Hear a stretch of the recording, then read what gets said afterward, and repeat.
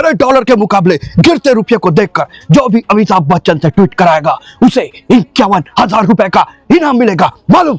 अरे ये क्या पगा है?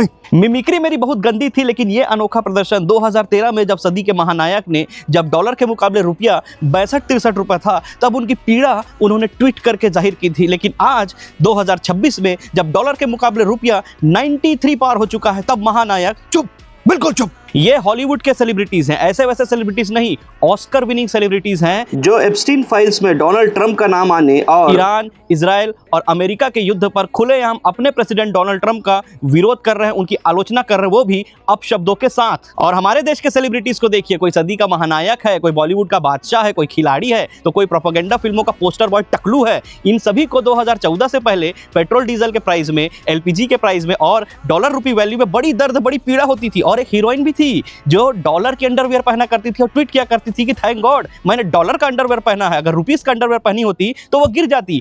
आज वो अंडरवेयर जमीन में गिरा हुआ है मैडम, कि आज भी डॉलर का ही टाइट पकड़ा हुआ है। और आज यही सेलिब्रिटीज, कोई किसी को करोड़पति बनाने में व्यस्त है तो कोई कैंसर युक्त गुटखा बेचने में व्यस्त है। और इस खिलाड़ी कुमार भाई साहब को तो अभी तक समझ में नहीं आया कि इन्हें पनौती तो उस समय से लग चुकी है जब ये आम काट कर खाना है या चूस कर खाना है, इसी में कंफ्यूज थे। और अभी रिसेंटली एक इंटरव्यू में इन्होंने कहा है कि इन्होंने इंडक्शन लिया है, लेकिन बात इनके मुंह से निकल गई तो कवर तो करना पड़ेगा ना, वरना पापा की ईडी सीबीआई आ जाएगी। तो इन्होंने क्या कहा कि एलपीजी की कोई प्रॉब्लम अभी तो है नहीं, फिर भी हमने ले लिया। वाह भाई वाह, ये खिलाड़ी है ये। अरे इनसे ज्यादा टैलेंटेड और स्मार्ट तो एक अनाड़ी होता है, इसीलिए तो इनकी फिल्में देखना मैंने बंद कर दिया है। मैं आप लोगों से यही निवेदन करता हूं कि किसी भी बॉलीवुड सेलिब्रिटी को महानायक, खिलाड़ी, बादशाह ये सब बोलने का, भाव देने का कोई जरूरत नहीं है, क्योंकि जो 2013-14 में आपके जुड़े मुद्दों को लेकर सवाल पूछा करते थे, ट्वीट किया करते थे, अगर वो आज चुप हैं तो इसका मतलब ये नहीं है कि वो देशभक्त नहीं है या उनमें अब दम नहीं बचा। वो ये भी हो सकता है कि शायद 2013-14 में उन्हें आपसे जुड़े सवाल पूछने और ट्वीट करने के शायद पैसे मिल रहे हों और आज उन्हें इन सब चीजों के लिए पैसे नहीं मिल रहे हों। बॉलीवुड की इसी कायरता, इसी चाटुकारिता, इसी बेवकूफ़ी और इसी गुलामी के चलते